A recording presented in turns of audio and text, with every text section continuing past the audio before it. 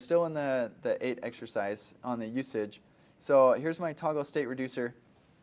What if certain things, like in downshift, for example, it's a drop-down component. State can change in many different ways. The user can click on the drop-down arrow, that'll open it up. That's one different action. User can start typing, that'll open things up. The user can select an item, that'll close it. There are lots of different interactions and lots of set state calls, internal set state calls that happen.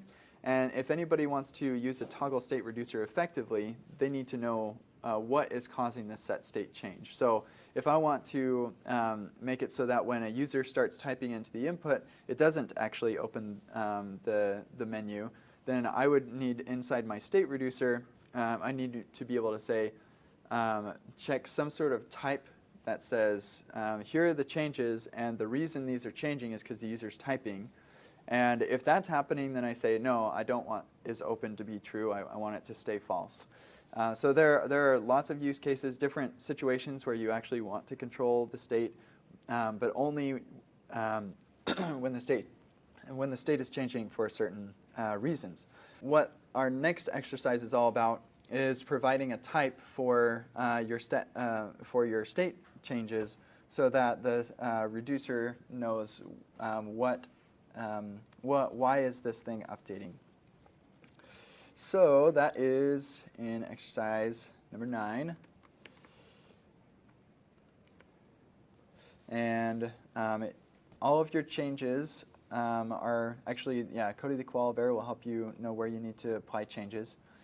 And you'll notice in the implementation, actually if we look at this, once we get to clicking too much, we render a force toggle, and that will continue to allow us to toggle. Even though we can't toggle on the input, we can click this force toggle to force it to toggle despite the fact that we clicked the toggle too much. And so this new type allows us to do that. And so that's the use case that we're trying to solve for. And the implementation of that code, we have the toggle state reducer.